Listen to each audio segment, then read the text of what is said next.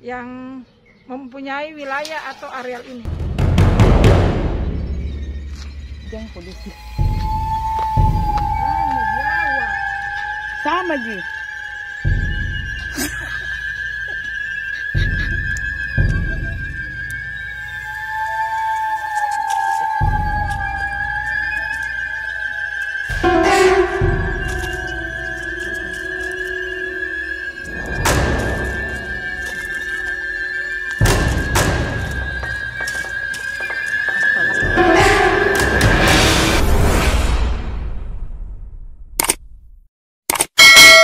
Assalamualaikum warahmatullahi wabarakatuh. Teman-teman, kembali lagi di cerita mistis yang kali ini masih mengundang Mbak Ika. Langganan, Le. Langganan Sambalu. Kali ini masih di cerita yang kemarin, sambungan dari cerita yang kemarin ya Mbak Desi. Iya. Itu sedikit betul-betul kisah nyata ya, dari setelah kita beberapa hari yang lalu buat videonya. Iya. 2 jam kemudian ada yang terjadi di tempat kami berdiri ini. Iya. Nah, teman-teman, sebelum kita lanjut, jangan lupa di subscribe, like, komen, dan share. Nah, oke, kita mulai. Oke, assalamualaikum warahmatullahi wabarakatuh. Hari ini kita akan coba bercerita lagi. Ini masih terkait dengan cerita kita yang beberapa hari lalu, yaitu sebuah lahan pemiliknya pada zaman dahulu itu noni-noni Belanda, noni-noni cantik yang mempunyai wilayah atau areal ini. Jangan polisi. Jawa. Sama Ji. Guys, tadi ada gangguan. Maaf ya, tadi sedikit ada gangguan karena pas saya lagi berbicara, tiba-tiba di belakang saya di sana itu ada bunyi seperti hewan yang lagi berkelahi di bawah situ. Jadi kita lari karena takutnya saya yang mengganggu dia atau dia yang mengganggu saya. Apa itu? Mana di sini? Kaki kita melihat ke bawah, bereng-bereng. Nah, sewaktu kita bercerita 4 hari yang lalu itu, 2 jam setelah kita meninggalkan tempat ini ya, lokasi ini, tiba-tiba ada postingan di grup kami kalau ada kejadian di tempat ini. Jadi sebelumnya saya minta maaf, saya cuma ingin bercerita dan mengenalkan tempat ini ke teman-teman. Nah, ini sewaktu kita sudah pulang, nah orang yang tinggal di rumah sebelah ini, dia duduk di ujung sini ya, tempat pas saya berdiri ini, dia melihat di tengah air di sana itu, di tengah air tiba-tiba ombak atau gelembung air di tengah danau ini tiba-tiba berubah setelah 2 jam kami meninggalkan tempat ini. Karena dengan seksamanya dia penasaran, bapak ini penasaran yang tinggal di rumah sini, dia penasaran ada apa dengan air yang begitu tenang, tiba-tiba muncul kayak gelembung, muncul airnya itu tiba-tiba kayak berombak, padahal dia berada di tengah-tengah. Teman-teman bisa lihat lokasinya, dia berada di sebelah sana. Nah, bapak ini coba mengambil kayu yang begitu panjang sambil menarik ranting-ranting yang ada di sekitaran air di sana. Tiba-tiba muncul sebuah ular yang sangat besar. Ular itu sangat besar dan panjangnya kurang lebih sekitar 3 meter. Ular itu dia lilit terus kayu-kayu yang bapak ini lemparkan ke sana karena dia penasaran, dia mau tahu ada apa di sebelah sana. Jadi kayu itu begitu panjang, dia lilit sampai dia tarik sampai di tempat saya berdiri ini. Nah, semoga cerita kita itu yang kemarin 4 hari yang lalu tentang noni Belanda itu, semoga tidak ada sangkut paut dengan ular yang tiba-tiba muncul setelah 2 jam kami habis bercerita tentang lahan atau pemukiman yang berada di tempat saya berdiri sekarang.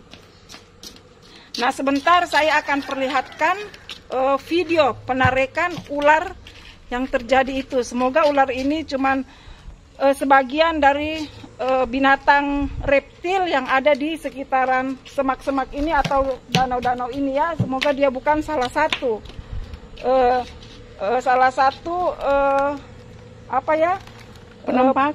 penampakan atau salah satu penghuni dari wilayah pemukiman ini. Oke teman-teman, ikuti terus, jangan lupa like, komen, dan subscribe. Kita akan perlihatkan ke teman-teman penarikan ular ini ya. Itu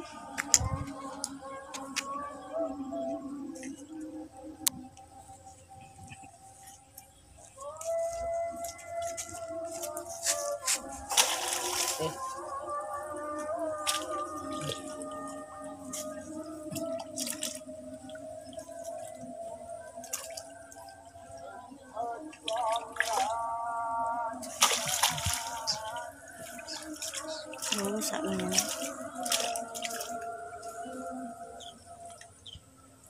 Papanya segala nggak banyak.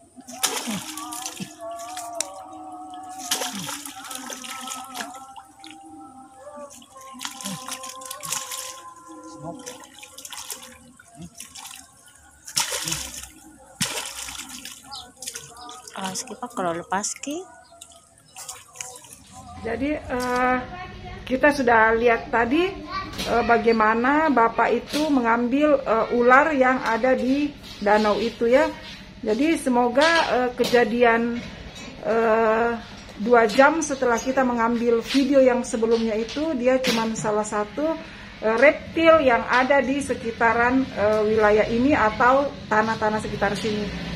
Semoga dia tidak ada hubungan dengan cerita kita yang cerita tentang orang-orang Belanda, cerita noni-noni Belanda yang kita ceritakan di video kemarin.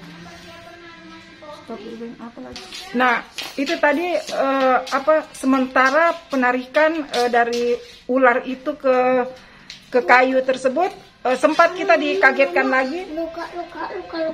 Nah, setelah kejadian berikutnya yang terjadi, setelah kita menarik masukkan saya tadi.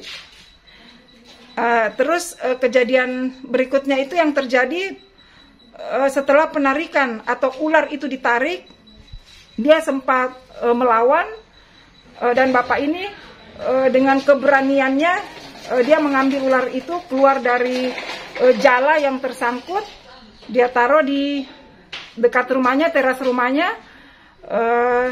Dia cuma pengen tahu apakah ini memang binatang atau reptil yang ada di sekitaran sini, tidak ada sangkut paut dengan cerita-cerita horor yang sebelumnya. Nah, sementara kita perhatikan ular yang ditangkap ini, tiba-tiba ada kejadian aneh di belakang saya yang teman-teman bisa lihat. Saya dengan begitu spontannya, dengan begitu takutnya, saya lari dan meninggalkan tempat saya berdiri tadi, dan kita beranjak ke tempat yang agak menggeser karena tiba-tiba di semak-semak dan di bawah air itu kita dengar, Mbak Sutriania juga bisa melihat, bisa mendengar kejadian yang tiba-tiba begitu spontan, seakan-akan ada binatang yang ingin melompat dan berkelahi di bawah situ saat kita menyebutkan nama pemilik tanah dan lokasi pada zaman dahulu kala, yaitu Belanda dan noni-noni yang mempunyai kerajaan berada di sekitar wilayah dan pemukiman ini. Nah, untuk lebih jelasnya kita boleh perhatikan video kami selanjutnya ini. Itu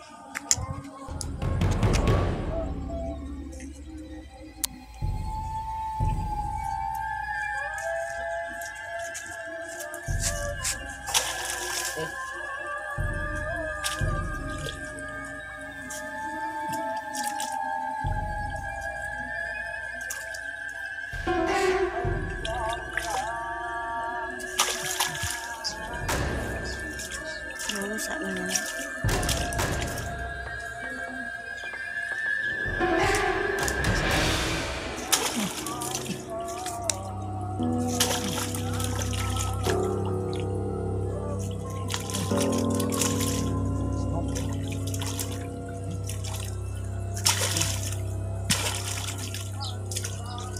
Pak kalau lepas ki.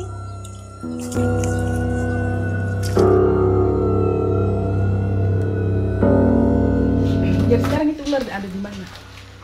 Karena kepanikan siang itu orang-orang langsung pada berkumpul karena saking paniknya ya.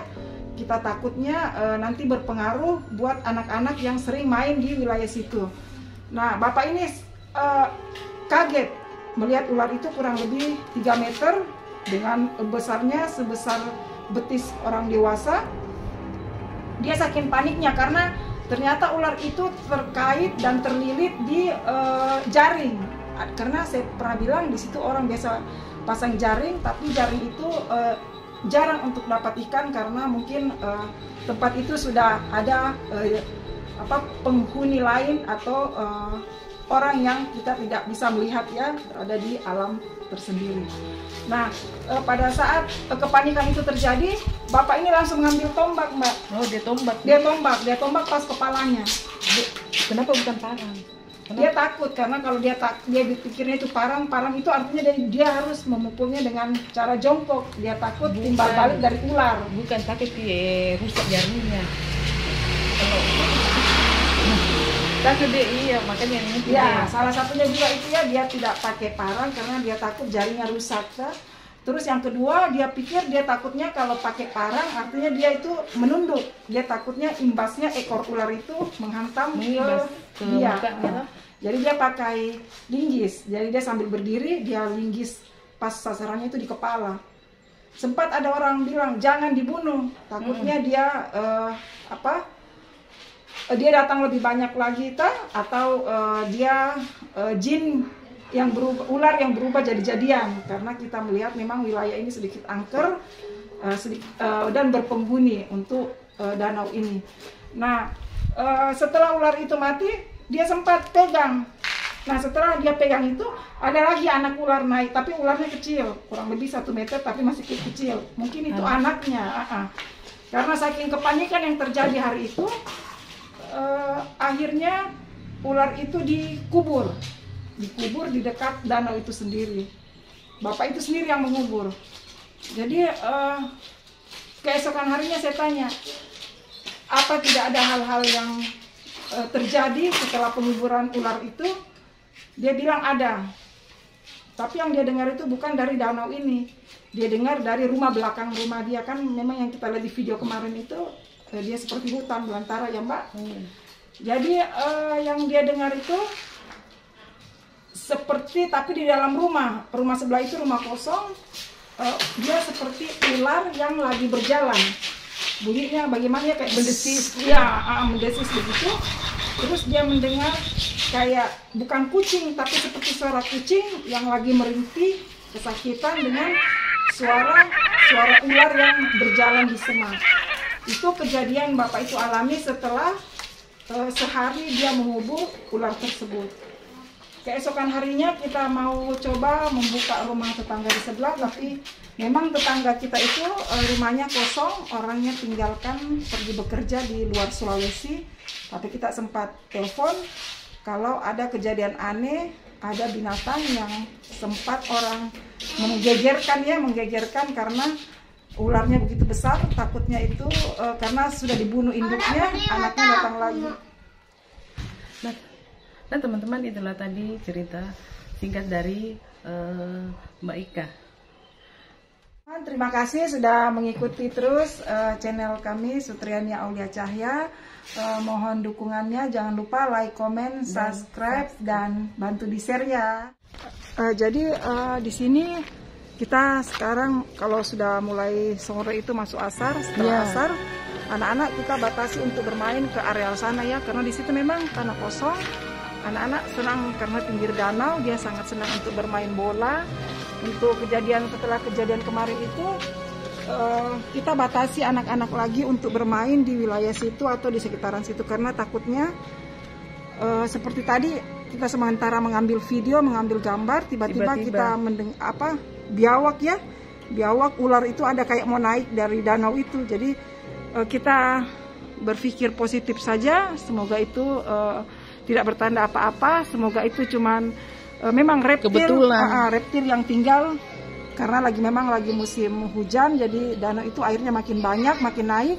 Jadi mudah-mudahan itu tidak berpengaruh dengan cerita-cerita kami yang kemarin itu, yaitu soal pemukiman ini yang dimiliki lahan oleh noni Belanda.